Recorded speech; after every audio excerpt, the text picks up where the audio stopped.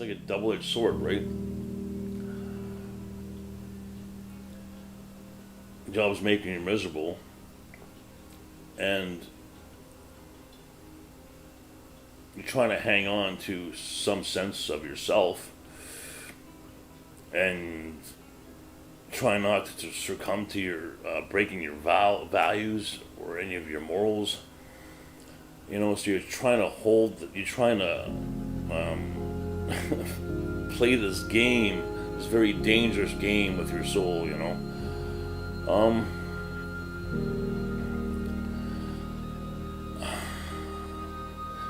and you could lose all your money and the people you love through this process. But what I found out was I completely lost myself. Not because of the drugs or the mental illness. I became something else because I stayed in that business.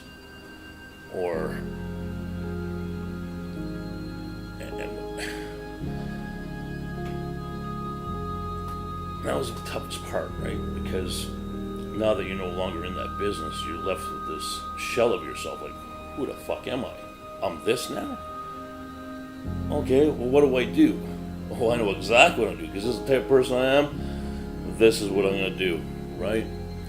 So you continue the same path, because now you've become this thing.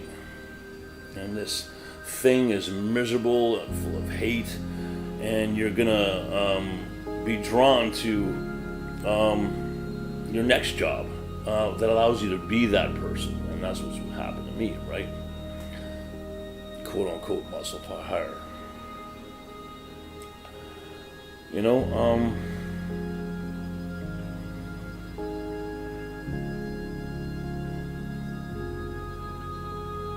then the light bulb finally goes off, and just like, I can't be this person anymore. It wasn't like, oh, I can't handle this mental illness anymore. Oh, I can't handle being a drug addict anymore. Oh, I can't handle being an alcoholic anymore. It was like, who the fuck was I when I was 18? When looking everything back, like, let's see if we can find that guy again. What was that guy at 18 thinking about? What was the dreams of that 18-year-old? What was his aspirations? Of course, besides fucking getting laid, because 18-year-olds, that's all they think of was getting laid, right? And driving home from out west, dude, it was like, it's impossible. I've done too much, I've come too far. There is just no way to change what I became. And it all started from being in a job that I didn't like. Actually, like is a soft word. Like, I fucking hated going to work. I fucking hated it. I can't stress how much I hated it.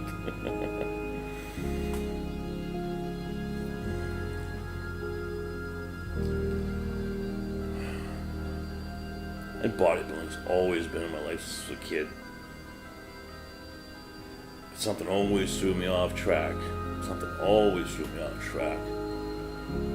Even when I was Loblaws, in the early days. Well, of course, my first memory of bodybuilding was Joe Weider's Bodybuilding Encyclopedia. It was like a package, you get this book and charts and stuff. It was like in 1983. And I always went back to it, and like I said, could never stick with it, right? Like, even when I got really sick when I was off, probably 2013, just a couple years before I would let go. I figured it out. I had figured it out. But given that situation at that time, I just couldn't pursue it. lot of reasons. But that stuck with me. It stuck with me. You know, I even remember saying in one of my past videos, you know,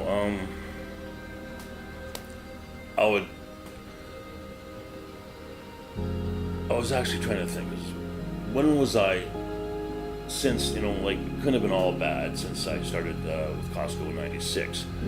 There must have been some points in my life where I was really happy. You know, there must have been some points in there. And a lot of those, the two of those times was when I was actually into bodybuilding, really into bodybuilding. You know, 1998,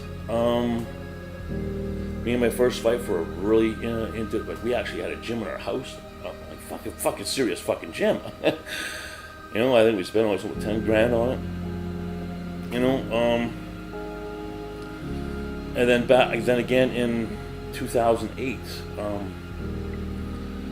you know,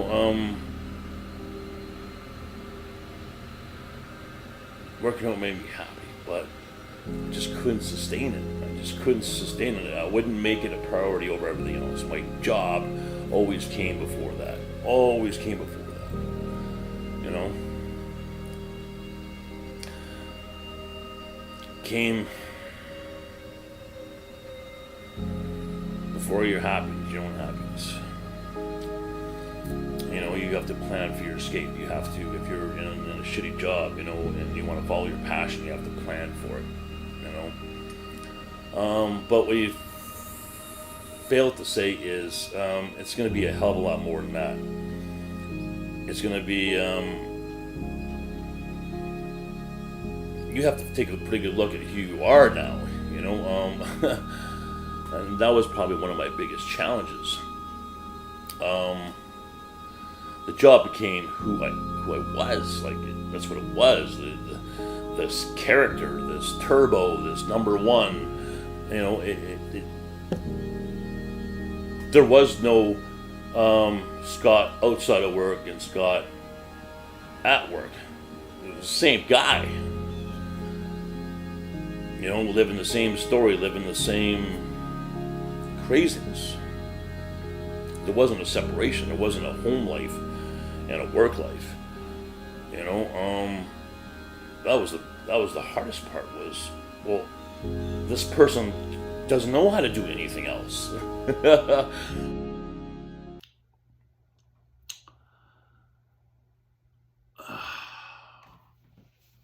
I'm just trying to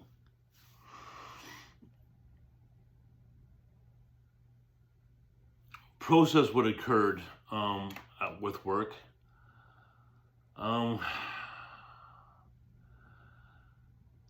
Some things became very obvious. Not to me at the time, but so I got back to the shop after, you know, the truck getting towed and everything.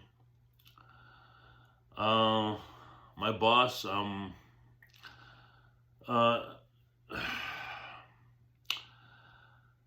do I explain this?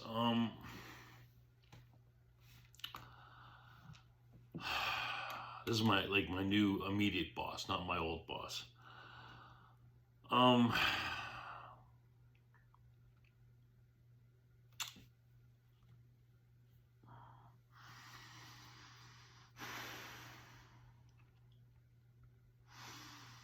You get a certain vibe about the way things are run.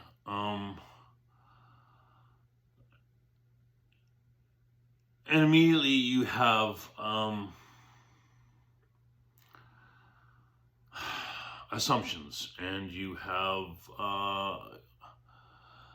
for example, let's start at the beginning.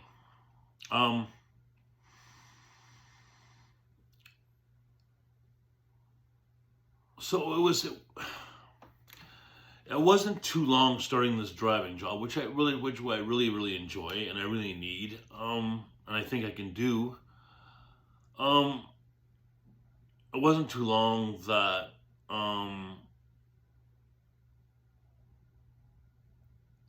there were certain aspects that brought it right back to the way things are ran at Costco, right? all the usual stuff. That guy's not doing his job, or this is not running right.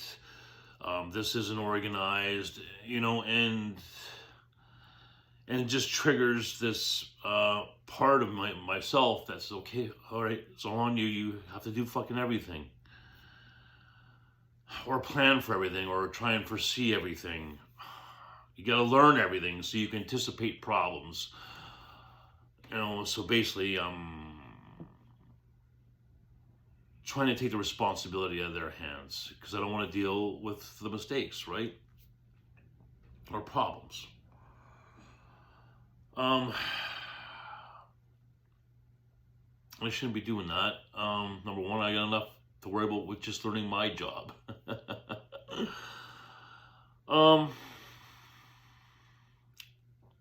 And the job is becoming a lot more familiar, and it has become a lot easier. In part just due to my personal life stabilizing, just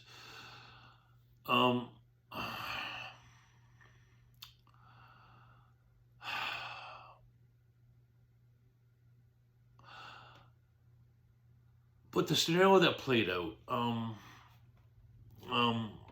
going to that call with the detour,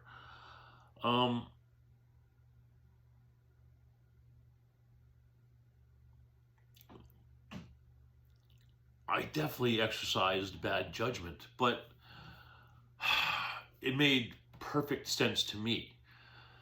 But from someone on the outside, it was like, what the fuck were you thinking? Right?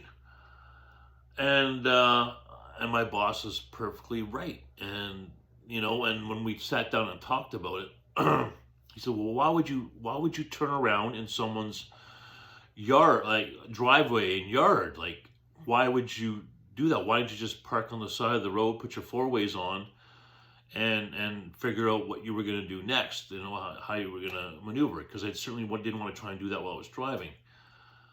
It just seemed safer for me to do that. He goes, no, park on the side of the road, put your fucking hazards on. It was a 2-lane. I would have been taking up half the fucking road. He goes, okay, just do that. You don't pull into someone's yard and start detouring, doing any fucking a maneuver to try to go. It's not a fucking Honda Civic. He says it's driving a 24-foot truck.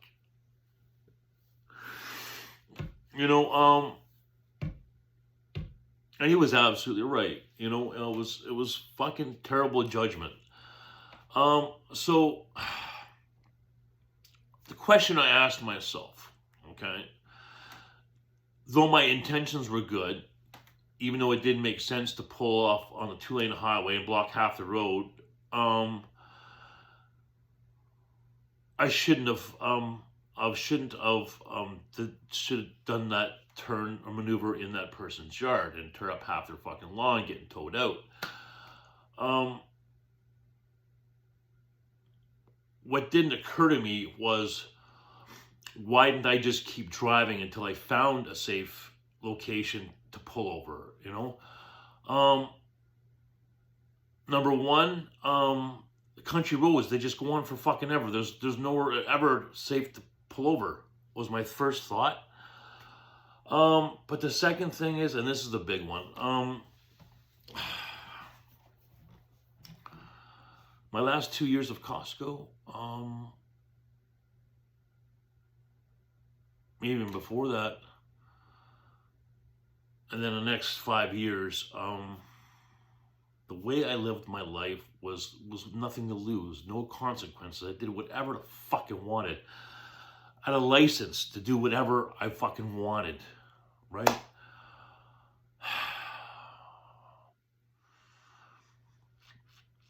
Sometimes, sometimes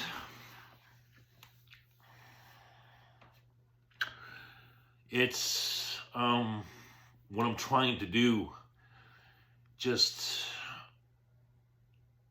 it seems impossible. It seems impossible to make the adjustment to what everyone does every day, goes to work and does their job. And there just seems to be such a disconnect somewhere for me, and I just, it's that 7 year, like, I don't know, it's,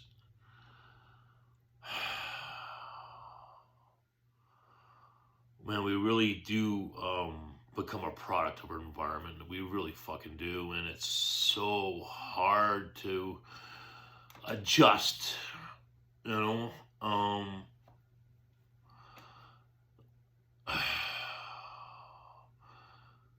Because to survive in the environment that I was in and was, just fucking couldn't depend on anyone to help you make a fucking informed decision. It was just solely on you, right? Because no one fucking. Now now I'm in a job where it's like, no, let us solve the problems. You just fucking drive. You know, so now it's up to me not to not to fix the mistakes myself or anticipate them, but to communicate the problems. So you're stuck into this, okay, now I always got to come to you with like, okay, there's a problem, there's a problem, this is a problem, this would happen, so it's like this constant, I just want to avoid all that, just all the problems myself.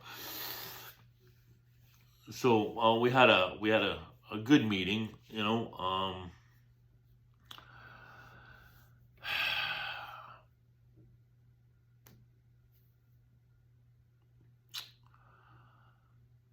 it's just me turning around in that person's yard will not be the last mistake. It won't be the last bad judgment call. And it just seems like it seems like the simplest things are the hardest, because I see there's things I know I can do on the job, or there's things that I see or foresee that I know no one else sees, right? And which is great if you're in a position to do something about it, but I'm not. I'm just a fucking employee. And I don't know how to turn that off. I don't know if I can, right? Because that's the way it's been for so long.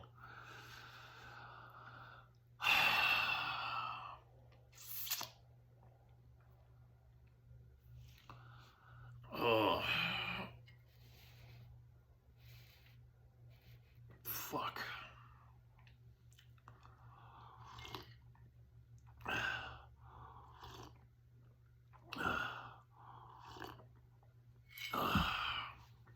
Yeah, sure, it was just a $600 tow, and they made zero profit with me today.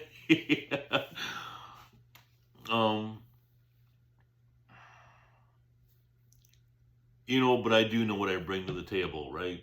I know it's just the learning curve for me is it's big. It's big for me. I'm one of those people that learns from mistakes. It's almost like I like making mistakes so I can learn from them, so I can have more knowledge. Sometimes I wonder if I subconsciously self-sabotage in order to learn from it. That's a pretty scary thing, I'm wondering sometimes if I do that.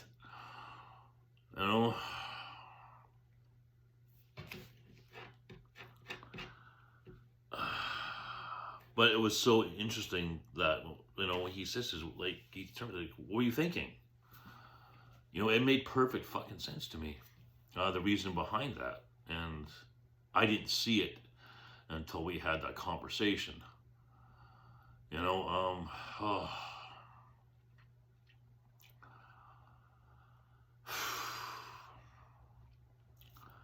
But then it begs the question, not only with work, but, with everything else in my life. Like, I know I have perception problems that definitely impact my life, and I try and mitigate that as much as I can, but that's fine when all you're doing is bodybuilding and you're on disability. you know, but I wanted more. I wanted more for myself. You know, and I knew this was going to be dangerous, what I was doing. I knew it was going to really fuck my life up.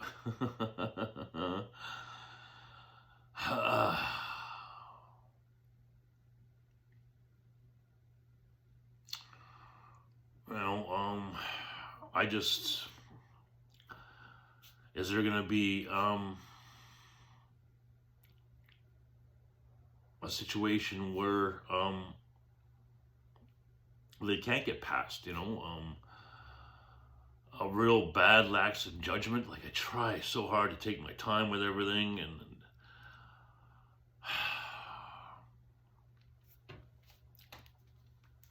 like, I know,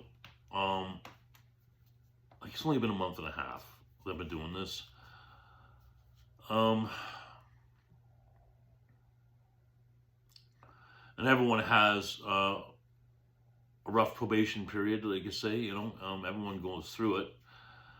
But even with my night job, which was really basic, loading trucks, it took a long time to settle into that position very comfortably.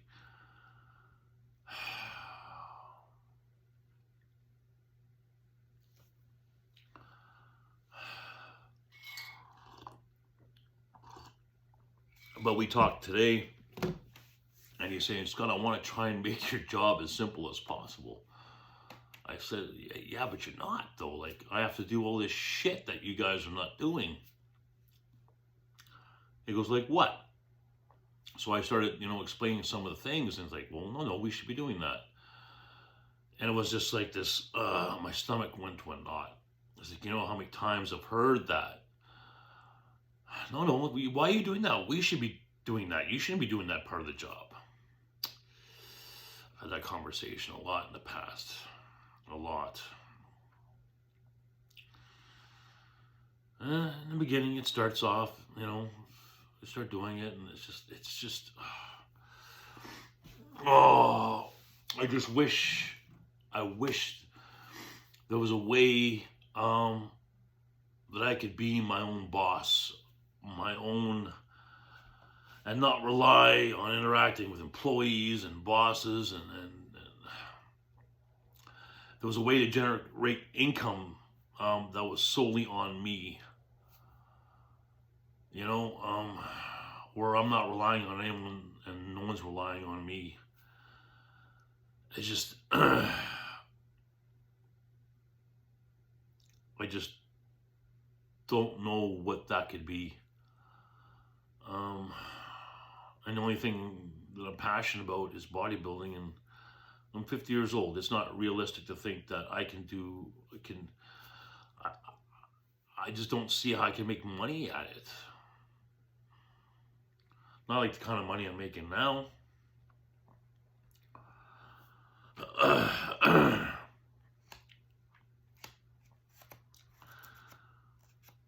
There's so much about the working environment that makes me extremely uncomfortable, you know, but I fucking love this job. And the politics aren't that bad, but, you know, it's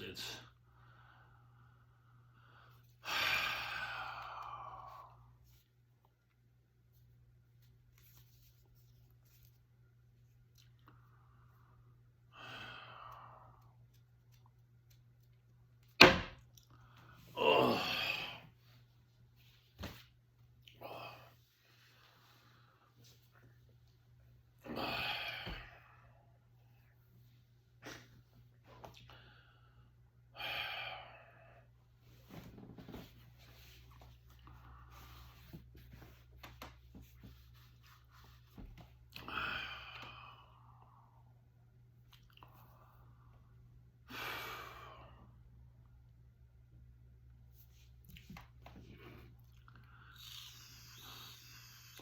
And I certainly wouldn't classify it as a bad day.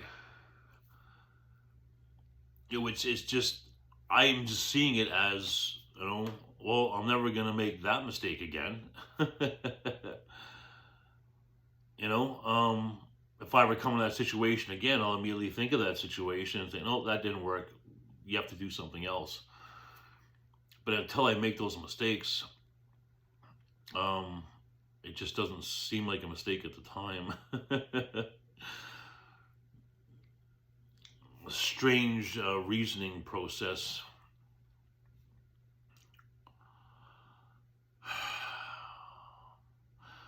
But a lot of times it's like you're in positions when you're driving, there's just no time to think. You can only just react, and hopefully you react in the right way. But this situation, there was definitely time for me just to keep driving until I found a safe place. It's a fucking country. I just never a safe place. Oh shit. Anyways, bright side, hopefully, the boss employee relationship got a little more strengthened today. You know, they do value me as an employee, which is good.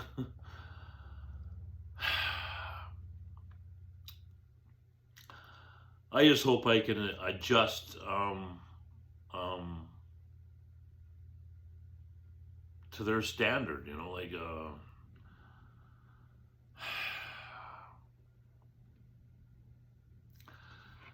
it's just, I don't know what happened. I don't know.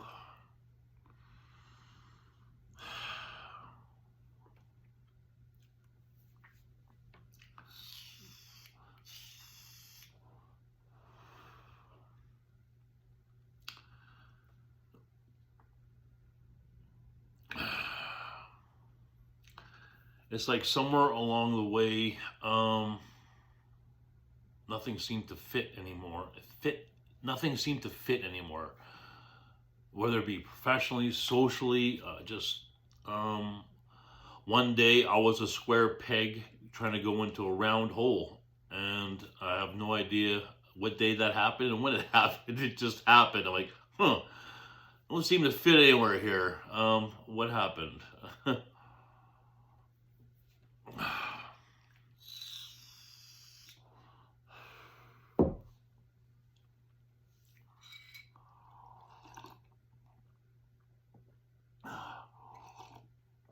Do I regret my decision trying to work full time? No, I don't.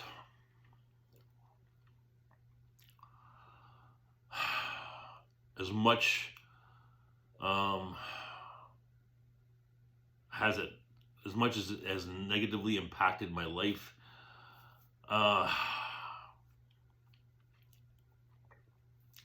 it wouldn't be as negative. It wouldn't impact my life as negative if I didn't try. You know,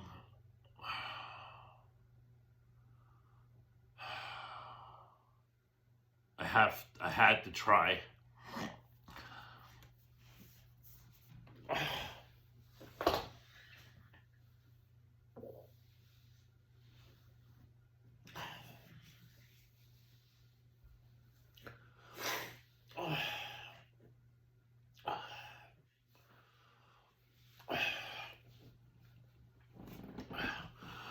And it's not, you know, he says, well, you know, am I trying to be hard? I'm like, no, I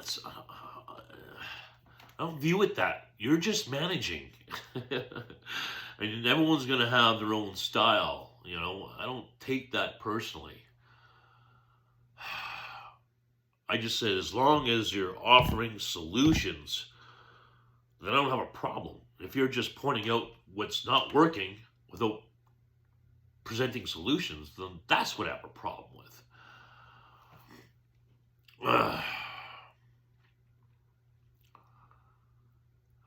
Because that's what I do. I fucking fuck up all the time. And that's what helps me keep going. I don't get down on myself for fucking up. I just, okay, what's the solution? How do we do better next time? there is no negative thing. Like, yeah, okay, yeah, you fucked up, but I don't get down on it. I just, okay, do I learn from this? How do I move forward from this? What is the solution to this so this doesn't happen again? And I told him, I says, as a leader, as a manager, uh, the way I did things, I put a lot of myself. I took a lot of responsibility, and I told him, I said, I want to just say I apologize because I shouldn't project those expectations onto you.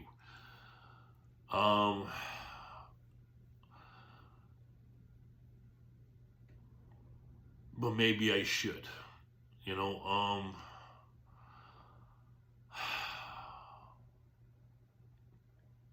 Fuck, I don't know.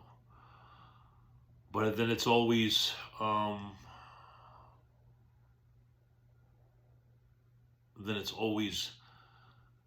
okay, problem here, problem here, problem here, problem here, problem here, and then, you're never gonna hear a fucking end of it.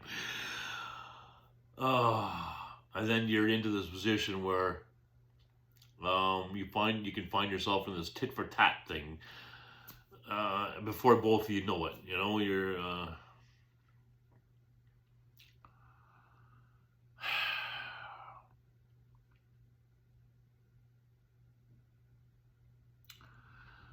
there's probably just a part of me that just can't adapt anymore.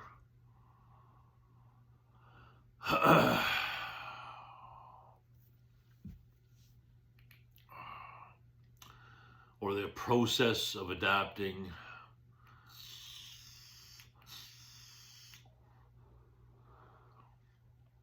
And the thing is, I'm sure everyone has that problem, right?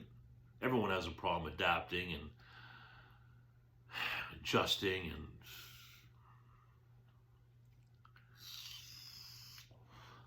and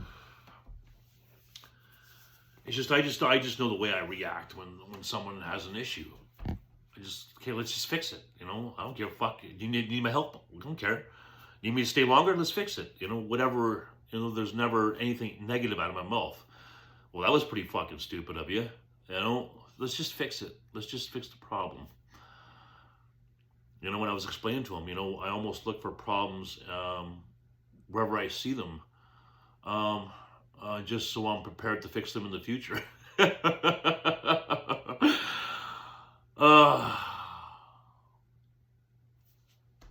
part of me knows that, it's like, if you don't address a problem or say something, then well, why didn't you say something? So there's this never win situation. It's this balance of never winning. You're damned if you do, you're damned if you don't. Oh, fuck.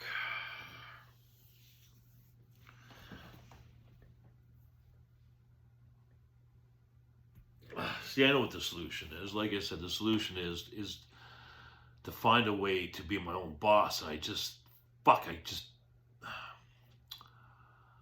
don't know how to do that, or have the time to do it, or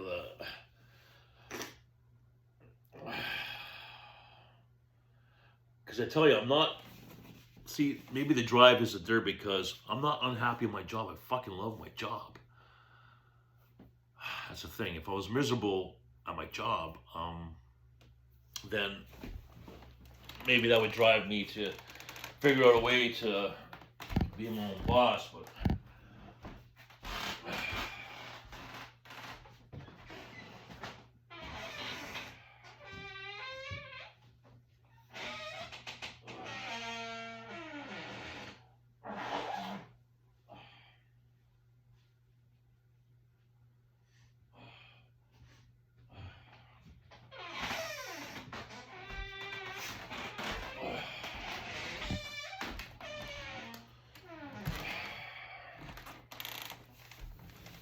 oh.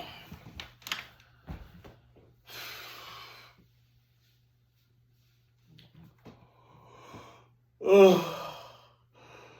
Oh.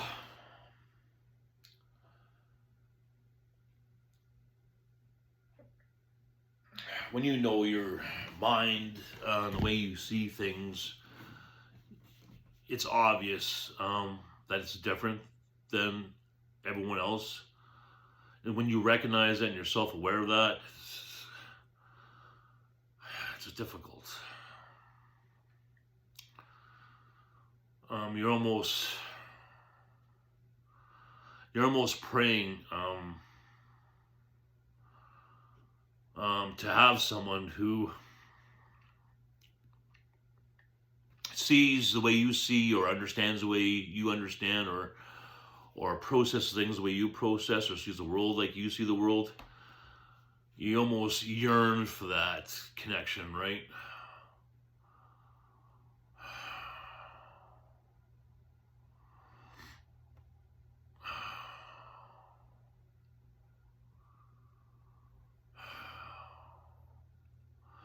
You almost, want or need someone beside you to help you see what you don't see, or someone that you can come home and say, "This is what happened. This is what I'm doing." They in turn can say, "Well, Scott, you should be looking at it like this, or you should be looking at it like that." Until before you make the mistake or whatever, but then what happens? It's a catch-22, right? Because you can end up depending on that person, and then you're not self-evaluating, you're self-correcting, you're depending on someone else to help correct you. And once you depend on that, you learn to depend on that, and once that person's gone, where does that leave you? You don't know how to cook your own fucking meal. You don't know how to live your life. You don't know how to do anything.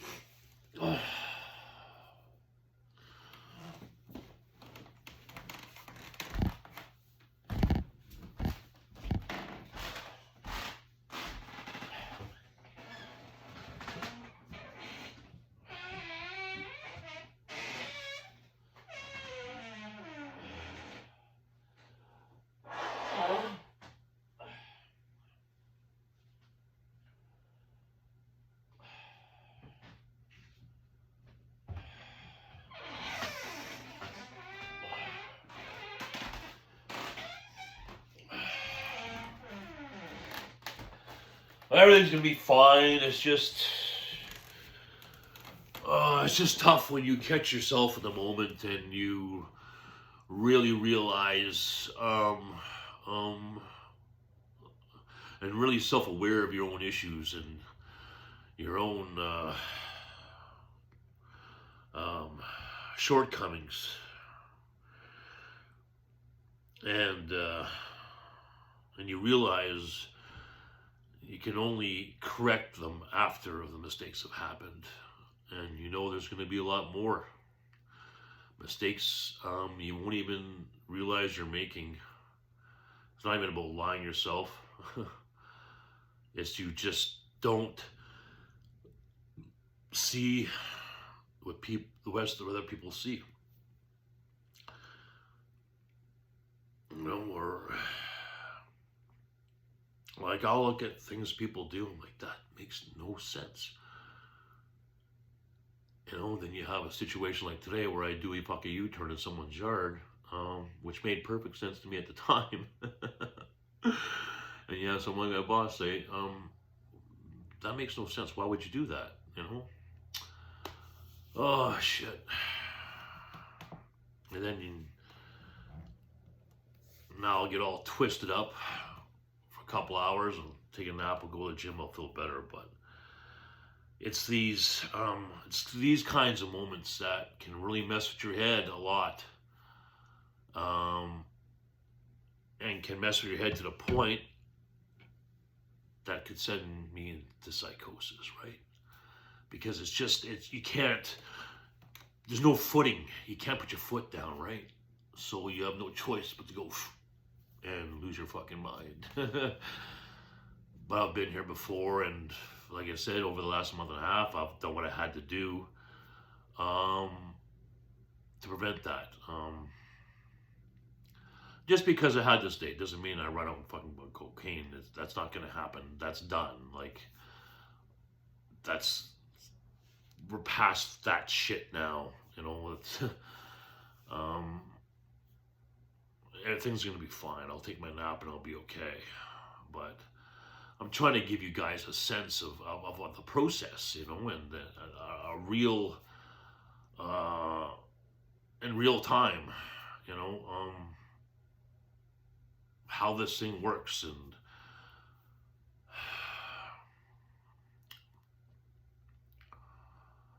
oh shit.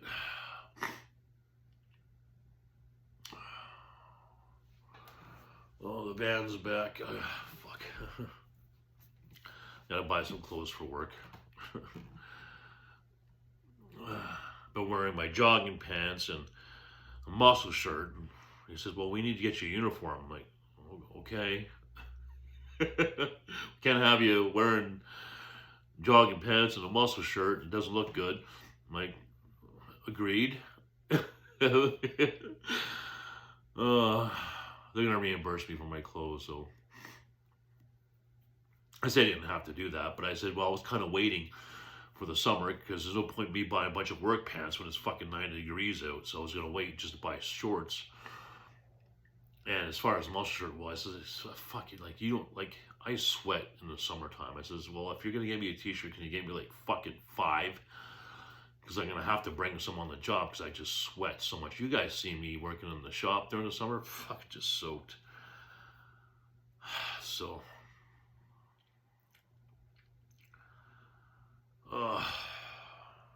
yep, life was pretty easy 4 months ago, that's for sure.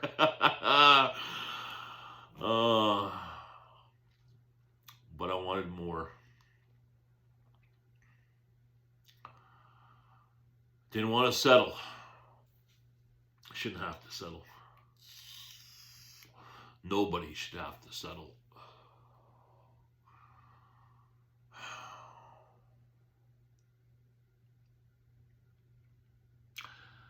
Anyways, finished my coffee, and I think I have to go buy some shorts now. Just for 10 fucking hours, and I gotta go fucking shopping, nap, then I just gotta go to the gym. Fucking Christ. Anyways, a little bit of real talk for you guys there. A little follow up on that last video. All right, toast to you guys again. Take care of yourselves, take care of each other. Crown bless you all. Mental wounds not healing, life's a bitter shame. I'm going off the rails on the crazy train.